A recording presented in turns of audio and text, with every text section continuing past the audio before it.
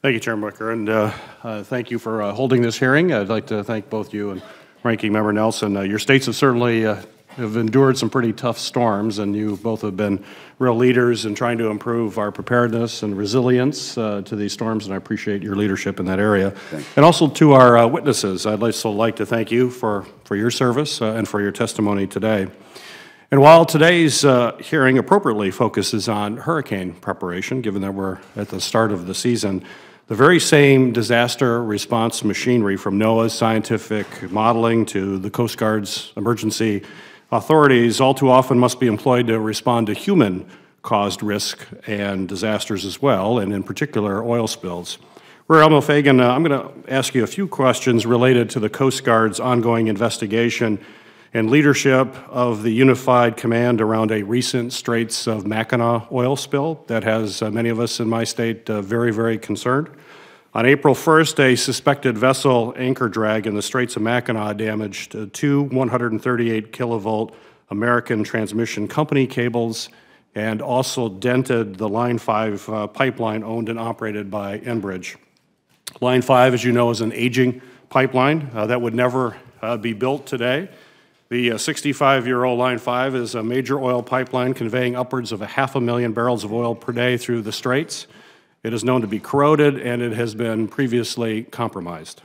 From a human health and ecological perspective, the rupture of this line would be absolutely catastrophic in the Great Lakes.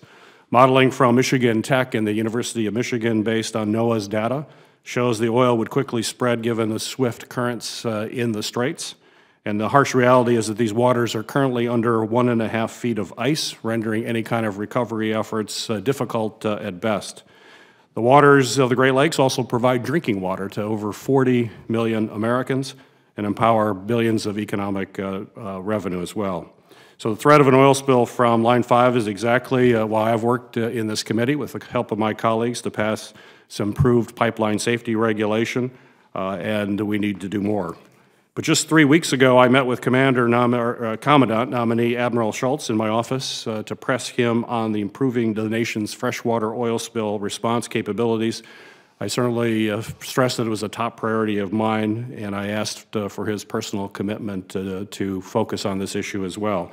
So, Admiral Fagan, my question is, under the current unified command that has been established for the Straits spill, Coast Guard has informed our office that the state and PHMSA have decided to keep Enbridge Line 5 operational for now while the ongoing inspection of damage continues. Is that accurate?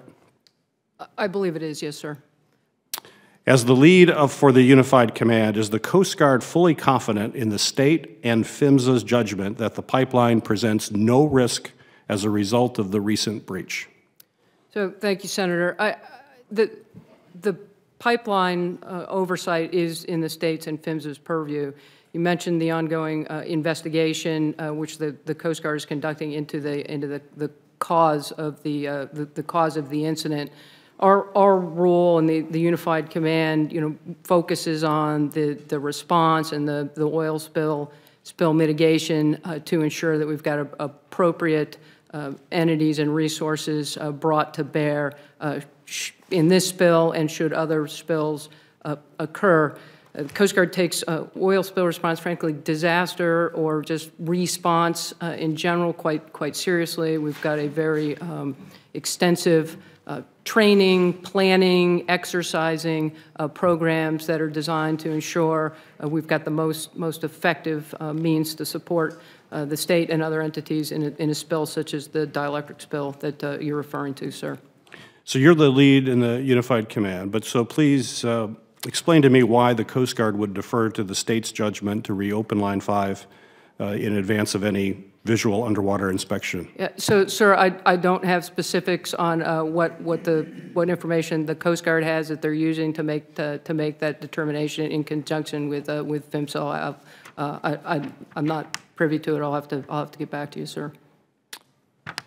So we're 11 days into this investigation, and we still don't have any visual confirmation of the damage. Is that correct? Do you know? I don't know, sir. I know visual verification is key in a response such as this. I'm certain the team is working to do that, but I don't know the time frame that's on, sir. It would be my belief that the Coast Guard would want to know that. Is that correct? You'd want to know exactly what's happening? You will be responsible for coordinating a spill should it occur, and if there has been damage to this pipeline that leads to that spill, you're going to be intimately involved. I would hope Yes, sir, that the we Coast will be. Guard has been monitoring this closely. Is that accurate? Yes, sir. A unified command is indication of how closely we are monitoring and how seriously we are taking the threat and concern with regard to a spill. Having situational awareness, eyes on scene, are a key part. It's one of our main kind of operating doctrine. Again, in this case, I just don't have the timeline or know what the challenge is or why that may not have happened at this point with regard to this particular incident, sir. But someone at the Coast Guard would have that information?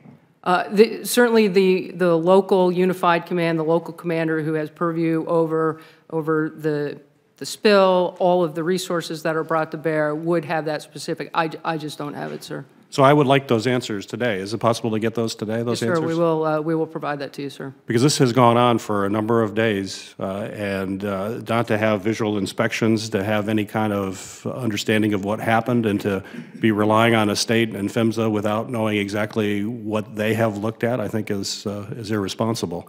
That we need to get to the bottom. I'm not saying you haven't done that, but I want to know whether or not that's occurred. We need to know. A lot of people in Michigan are asking questions. Folks are very concerned. As you know, the Straits of Mackinac are vitally important, as I mentioned earlier in my comments. The amount of water that goes through there is equal to 10 times that of Niagara Falls. And it's right next to our #1 tourist attraction, Mackinac Island. The economic, environmental impact would be devastating. So, I'm going to be seeking another meeting with Admiral Schultz in the next few days. I've also hoped that we might have an oversight hearing of this. But I would certainly appreciate that if the Coast Guard get back to my office as early as possible by today at some point so that we can get a full accounting of where we are. I'd appreciate that, Admiral. Absolutely. Yes, sir, we will do that. Appreciate it. Thank you.